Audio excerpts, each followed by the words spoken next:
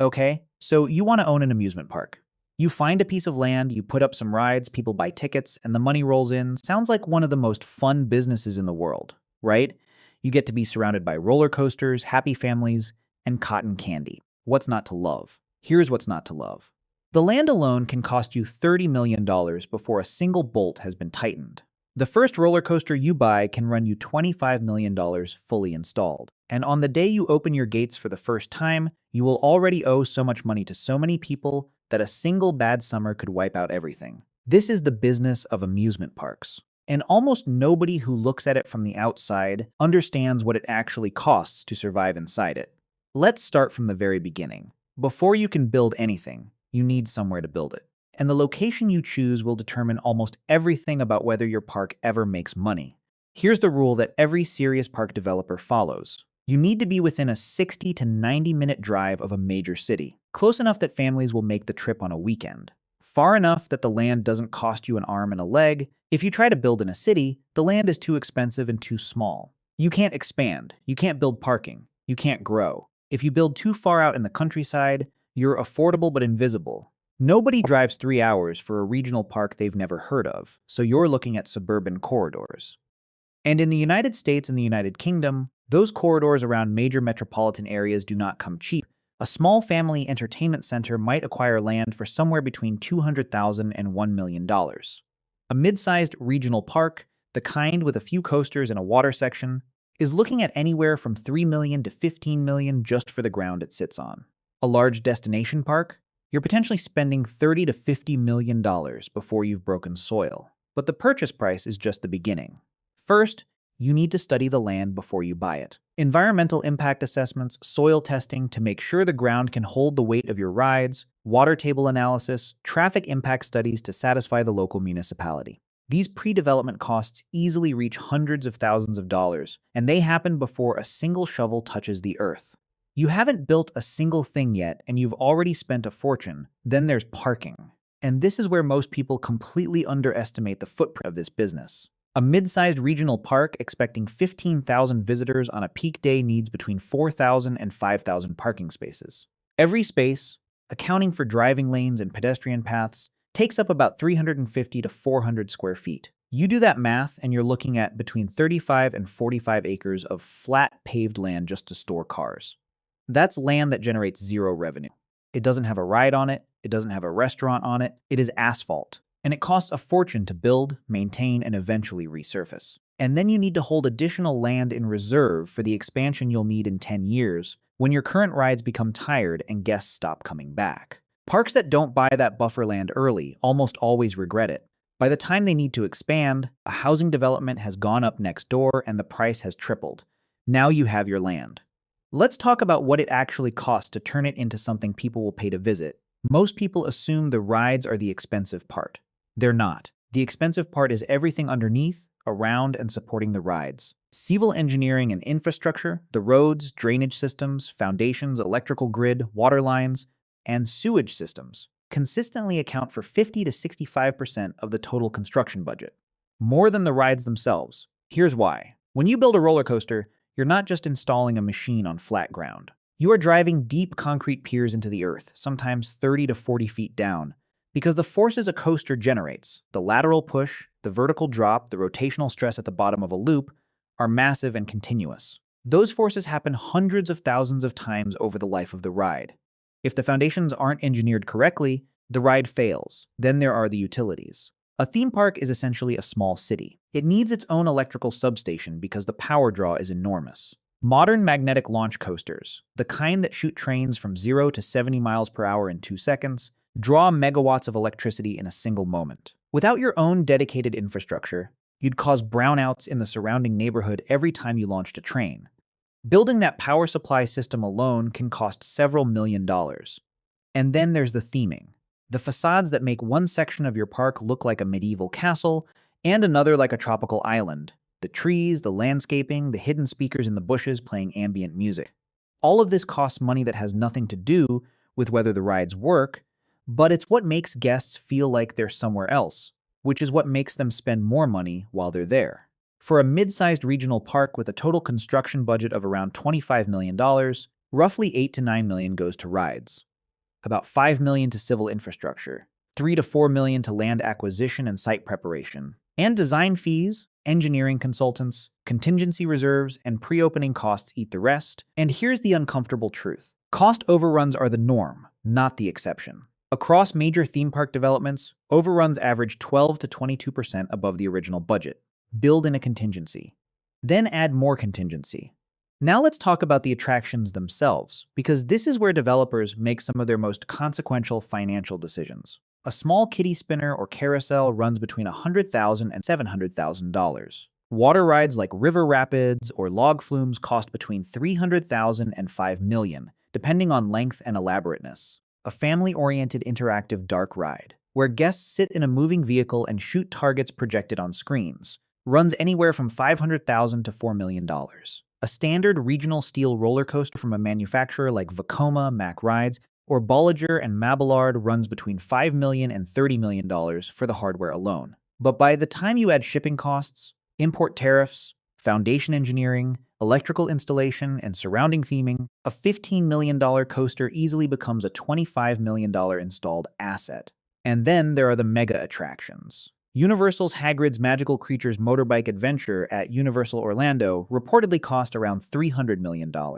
Disney's Guardians of the Galaxy. Cosmic Rewind at Epcot is estimated at around $500 million. These are not simply rides. They are enclosed, climate-controlled show buildings filled with custom animatronic figures, synchronized audio systems, and proprietary vehicle technology that doesn't exist anywhere else in the world. One coaster can cost more than some professional sports stadiums. That tells you everything you need to know about the capital intensity of this industry. Here is a line item that new park developers consistently underestimate. The cost of keeping people alive every single morning. Before a single guest walks through your gates, every ride must be inspected. Certified maintenance technicians spend between 30 and 45 minutes per major attraction checking structural joints, brake systems, restraint mechanisms, electrical connections, hydraulic pressure levels, and proximity sensors. Then they run empty test cycles at full speed and sign physical logbooks confirming the ride is safe to operate. This happens every single day, 7 days a week, rain or shine. Your regulatory authority, a government body in most American states and British counties, requires periodic independent third-party engineering audits. Specialists come in with ultrasonic equipment and magnetic particle testing kits to look for microscopic fatigue cracks in steel that the human eye can never see. If they find something, the ride comes down until it's fixed. That ride isn't generating revenue while it's down, but your fixed costs keep running. Insurance is another enormous expense. Premiums for a mid-sized regional park typically consume between 3 and 6% of total annual gross revenue. For a park generating $10 million a year, that's between $300,000 and $600,000 annually, just in insurance. And that number goes up every single time something goes wrong, at your park or anywhere else in the industry, because maintenance never stops. Your engineering team runs essentially a 24-hour operation. During the day, technicians manage live issues. At night, crews replace worn brake pads, swap hydraulic seals, reprogram sensor arrays, and complete work that can't happen with guests on property. Safety isn't a cost you can cut. It is the cost of staying in business. Now let's talk about the single largest operating expense you have. People labor costs at an amusement park consistently run between 30 and 40% of total gross annual revenue.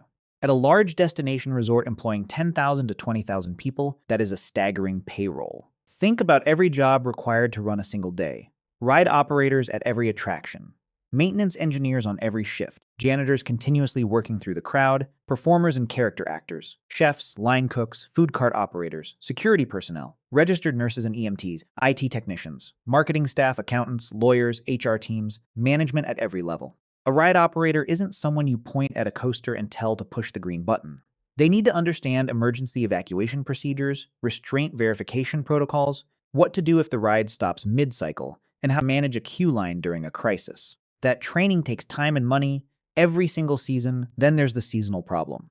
Most regional parks in the United States and UK operate for somewhere between 120 and 180 days per year. You scale up to a full workforce in April or May, run at maximum capacity through August, then scale dramatically back down in September. Recruiting thousands of seasonal workers every spring, training them in a compressed window, and releasing most of them in the autumn is a massive operational burden. And the workers who stick around through winter, your year-round core of salaried managers and full-time mechanics, Are your most expensive employees generating no revenue while the park is dark? Beyond labor, there is a second category of costs that runs whether you have one guest or 50,000 guests. Utilities. Amusement parks are extraordinary consumers of electricity and water. Utility costs typically eat between 4 and 7% of gross annual revenue. When a modern magnetic launch coaster fires, it draws enough power in a single moment to light up a small neighborhood. Parks with multiple launch coasters need industrial capacitor banks that store and release energy in controlled bursts to prevent destabilizing the local grid. Water parks and water rides add another massive burden. A wave pool or river rapids ride can require millions of gallons of treated water, continuously filtered, chemically balanced, and pumped around the clock.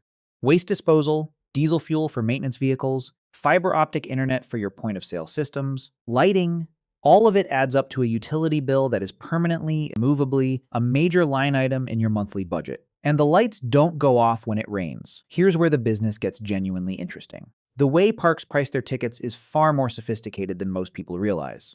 The industry has moved almost entirely away from flat-rate pricing. What they use now is dynamic pricing, which works roughly the same way airline tickets work. On a peak summer Saturday in late July, a single-day ticket to a major regional park in the United States might cost $120. On a Tuesday in mid-September, the same ticket might be $45. The algorithm extracts maximum revenue from visitors who don't care what they pay, while filling otherwise empty days with visitors who would stay home at full price. But the more interesting innovation of the past decade isn't dynamic pricing. It's the line-skipping pass. Universal has its Express Pass, Disney has its Lightning Lane. You pay between $15 and $400 per person for the right to skip to a shorter queue. Here's the economic reality of that. The ride already exists. The staff already exists. The park is already open. The marginal cost of selling you a line-skipping pass is essentially zero. No additional labor, no additional infrastructure. It is software and a wristband. The profit margin on these products routinely exceeds 90%. If you've been following the math so far, you might be wondering, if tickets generate the most gross revenue, why do parks put so much energy into everything else? Here's the answer. Ticket revenue covers your costs. Everything else is your profit. The gate, admission tickets, generates roughly 62 to 69% of a park's total gross revenue. But that money is almost entirely spoken for before it arrives. Civil infrastructure debt service, labor, utilities, insurance, ride maintenance, marketing, all of it. The ticket revenue keeps the lights on and little more. Food and beverage generates roughly 17% of total park revenue, but its contribution to actual profit is wildly disproportionate. A large fountain soda retails for between $5 and $7. The actual cost, water, syrup, cup, lid, straw, is measured in pennies. Gross margins on fountain drinks regularly exceed 85 to 90%. Popcorn is even better. Bulk corn kernels, oil, and a paper bag cost almost nothing. A bag sells for $6 to $12. Put it in a collectible-themed bucket, and guests pay $15 to $20 and come back next season to buy this year's version. Merchandise generates around 8% of total revenue. A generic plush toy costs a few dollars wholesale, but that same toy with a proprietary character on it. A character the guest just rode past inside your park retails for $25 to $35. Guests aren't buying a stuffed animal. They're buying a memory. Parking generates between 4 and 6% of revenue at parks that charge for it, and almost every major park in the United States does charge, at between $25 and $50 per car. The asphalt has already been paid for. Every parking fee is essentially pure margin. If you're enjoying this breakdown of how the money actually moves in this business, it would mean a lot if you subscribe to the channel and hit the like button. It helps more people find content like this. There's a point in the life cycle of a successful regional park where management faces a critical decision. Stay a day trip destination or become a resort. A day trip guest arrives in the morning, buys a ticket, eats lunch, buys a souvenir, and goes home. You capture maybe $120 to $150 per person across their entire visit. A resort guest checks in the night before, has dinner at your hotel restaurant, spends 2 or 3 days at your park buying multi-day admission passes, has breakfast at your hotel, buys multiple souvenirs, and checks out after you've captured $300 to $500 per person across their stay. That's the math. But the strategic advantages go deeper than just spending more per person. Resort hotels dramatically expand a park's geographic catchment area. A day trip park draws guests from within 60 to 90 minutes of its location. A resort park draws guests from across the country and around the world.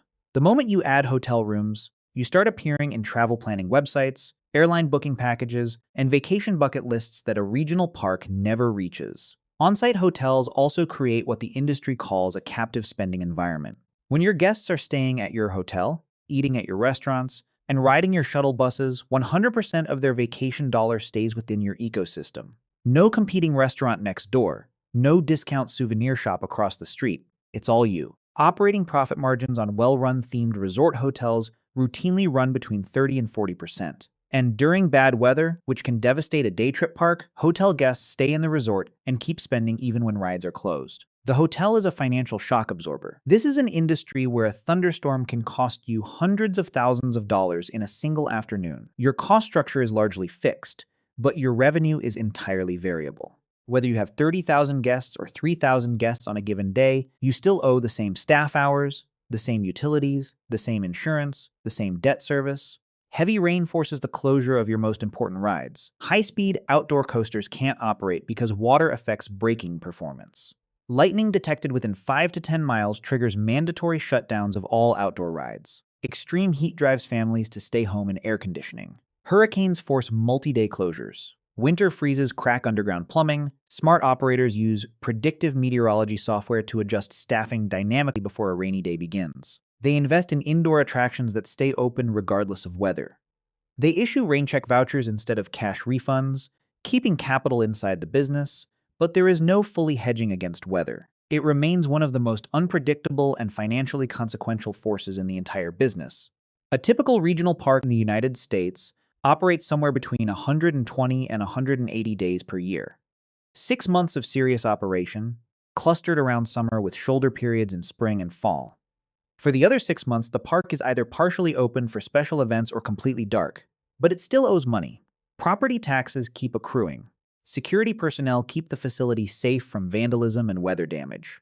Engineers and mechanics execute the major overhauls that can't happen when guests are on property. The corporate management team, the marketing department, the accountants, they're all still on salary. The business model requires generating enough net cash flow in 6 months of operation to fund 12 months of fixed obligations. This is where seasonal events become not just fun but financially critical. Cedar Fair's Knott's Scary Farm in California and Universal's Halloween Horror Nights are the gold standard. These events transform parks into haunted attractions during September and October, charging separate admission, often higher than standard summer tickets, and attracting young adults aged 18 to 30 who aren't traditional summer park guests. That demographic is less price-sensitive and spends heavily on specialty food, drinks, and exclusive merchandise. Winter Christmas festivals serve a similar purpose, extending weekend operations through November and December in moderate climates. These shoulder season events smooth the cash flow curve, support year-round employment for core staff, and accelerate the timeline for paying back the initial investment. A successful park that generates strong profits does not simply sit on those profits. It immediately reinvests them. And if it doesn't, it starts dying. The reason is something called attraction fatigue. The first time a guest rides your signature coaster, it's an extraordinary experience. The 10th time, across multiple visits over several years, it's routine. Human beings habituate to experiences very quickly. What was thrilling becomes ordinary, and ordinary doesn't sell tickets. A park cannot survive on its existing ride inventory. Industry practice is to add at least one significant new attraction every 2 to 3 years, with a major headline ride, the kind that generates regional media coverage and appears in television advertising every 3 to 5 years. Major parks typically budget between 3 and 7% of gross annual revenues every year for capital reinvestment, directed toward new attractions, ride refurbishments, updated theming, and park improvements year after year without pause. Failure to maintain that cycle triggers a financial death spiral. Attendance drops, season pass renewals fall, pricing power weakens, the park starts discounting tickets, margins compress, less profit means less capital to reinvest. Less investment makes the park even less attractive. Down and down it goes, until the park finds new capital or closes. Let's be honest about the catastrophic risks, because they're real and they're expensive. A ride accident that injures or kills a guest is the single most devastating event that can happen to a park. Not just morally, financially. The immediate consequence is mandatory shutdown of the ride during a regulatory investigation. Depending on the findings, that shutdown can last days, weeks, or permanently. Legal liability suits follow, often running into the millions. Insurance premiums increase substantially at the next renewal, and the reputational damage suppresses park-wide attendance for years. Guests are risk-sensitive. They remember. And once they stop trusting a park, winning that trust back takes a very long time and a very large marketing budget. The COVID-19 pandemic demonstrated another category of catastrophic risk that nobody in the industry had seriously modeled before 2020. Parks across the United States and the United Kingdom faced total operational shutdowns for months. Revenue went to zero. Fixed costs did not. Property taxes kept accruing. Debt service kept accruing. Security and basic maintenance had to continue. Several smaller independent operators did not survive. Larger conglomerates with diversified revenue streams and access to capital markets weathered the storm, but they emerged with significantly higher debt loads. Economic recessions hit parks more slowly, but just as hard. Amusement parks are definitionally discretionary spending. When household budgets tighten, the annual family trip to the theme park is one of the first things to go. During the 2008 and 2009 recession, virtually every major park operator in the United States reported significant attendance declines and was forced to reduce ticket prices and increase promotional discounting to maintain volume.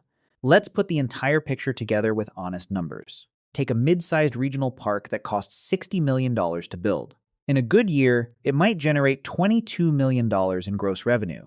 Gate admissions bring in around $14 million. Food and beverage generates nearly $4 million. Merchandise adds another $1.7 million. Parking and extras account for the rest. Now subtract the costs.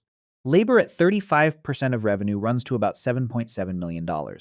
Utilities at 5% cost around $1.1 million. Insurance at 4% adds $880,000. Marketing at 8% consumes $1.76 million. Maintenance, supplies, and administrative costs add another $2 to $3 million. Debt service on the original $60 million construction loan, financed over 20 years, adds roughly $4 million annually. That gets you to a net operating income in a good year of somewhere between $3 and $5 million. To pay back your $60 million investment at that pace, you're looking at 12 to 20 years. That is the realistic timeline, not the fantasy, not the worst case. The realistic base case: in a bad year, a wet summer, and a significant ride mechanical issue, revenue might drop to $16 million while costs barely move. Suddenly, your $4 million profit becomes a $1 million loss. The difference between a good year and a bad year is $5 to $6 million. That gap is the business. Managing that gap, hedging against it, smoothing it with shoulder season events and hotel revenue and dynamic pricing, that is the actual work of running an amusement park. For an institutional investor or a large entertainment conglomerate with patient capital and a deep management team, yes. Stabilized parks with strong demographics and disciplined operations are attractive long-term assets. They generate recurring cash flow, they own appreciating real estate, they benefit from enormous barriers to entry that protect them from new competition. Nobody builds a competing park next door. For an individual entrepreneur with limited capital who wants to build from scratch, the risks are enormous. The capital requirements are non-negotiable minimums. The operating complexity demands professional management across engineering, hospitality, food service, entertainment, and finance simultaneously. A bad season, a ride incident, or a cold summer can be existential. The parks that print money are the ones that treat this business as what it actually is, not a collection of rides. A sophisticated, multi-layered economic engine where every square foot of real estate is optimized to generate multiple revenue streams, every piece of infrastructure is engineered to last decades, and every guest interaction is designed to extract maximum value from the emotional experience of a perfect day. There's a detailed business guide available in the description and pinned in the first comment below. It covers business fundamentals worth reading if content like this interests you. Take a moment to check it out. Behind every thrilling ride, behind every laughing child, behind every churro cart and souvenir shop, is one of the most capital-intensive, operationally demanding, financially sophisticated businesses ever built. The magic is real, the engineering is extraordinary, and the economics are brutally unforgiving to anyone who doesn't understand them completely before they begin. If you enjoyed this video, please like it and subscribe to the channel if you haven't already. It genuinely helps this channel keep growing. Thanks for watching.